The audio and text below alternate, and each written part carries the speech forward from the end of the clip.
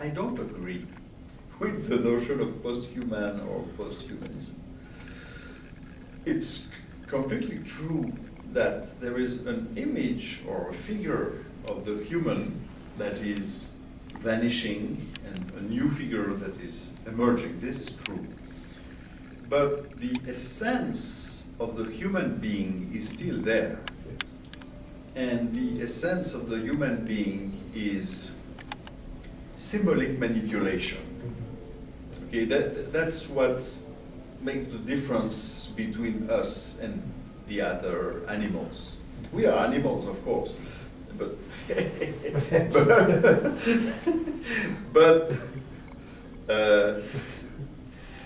symbol manipulators, and the other animals cannot.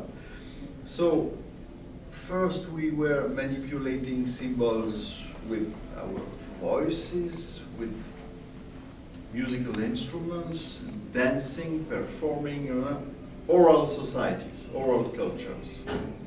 And then a new humanity emerged from writing, because it's a new way to manipulate symbols. And not only linguistic symbols, for example, numbers, or notation of music, or notation in general. And this transforms memory, this transforms a lot of things. And with writing comes the cities, the states, the big societies, agriculture, and so on. So it's a completely different world. Inside the history of writing, there are a lot of different steps. You have alphabets, okay. And then you have the media, the printing press, the electronic media, and so on. And slowly, since the printing press, we are slowly departing the writing universe, because it's not only written, we have machines to manipulate the symbols. And this is new. And the first machine to manipulate the symbol was the printing press, but it was just copy, it was not complex.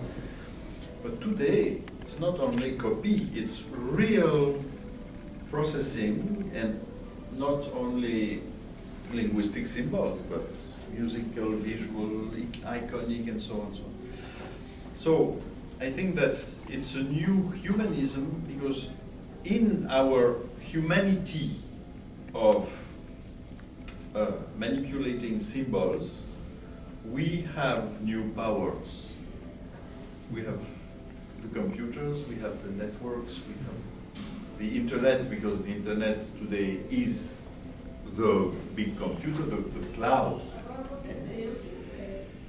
And this enormous symbolic manipulation power is fed by the production of everybody.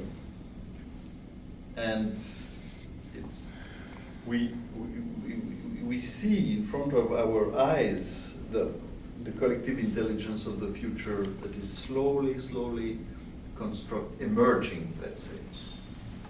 But we are just quitting an old world and something new.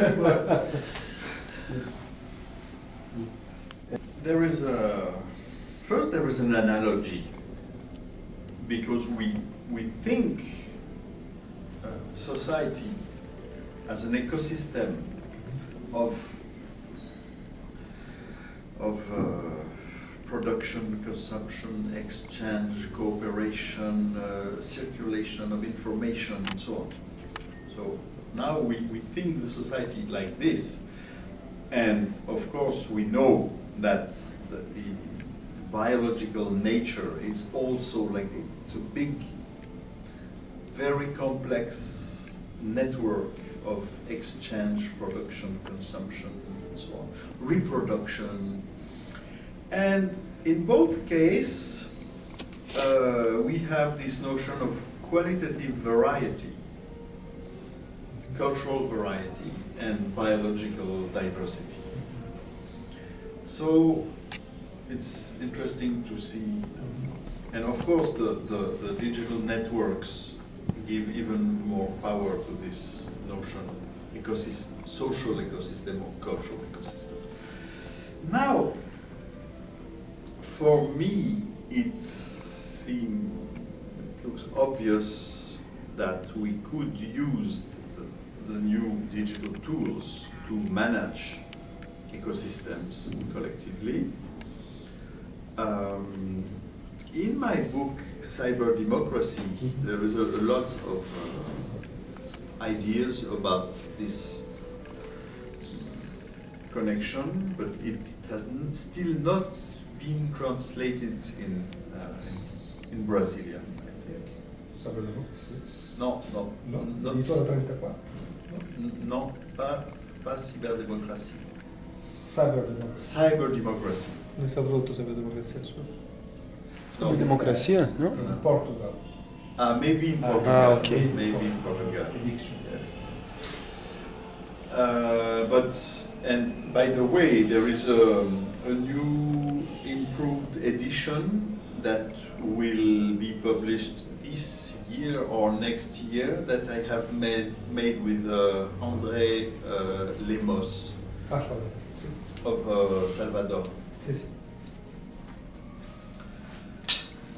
But for me, the most interesting is the ability to share a model of what's going on the ecosystem that is interesting for us. For example, a city, a region, a country, or a forest, sea. Okay.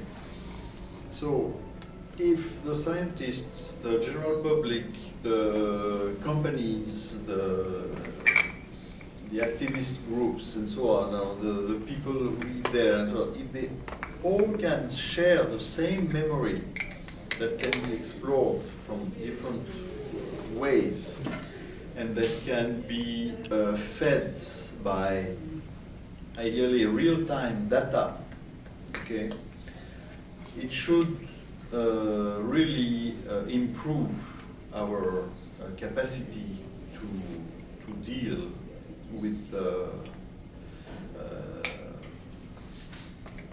sustainability of ecosystems. Yes.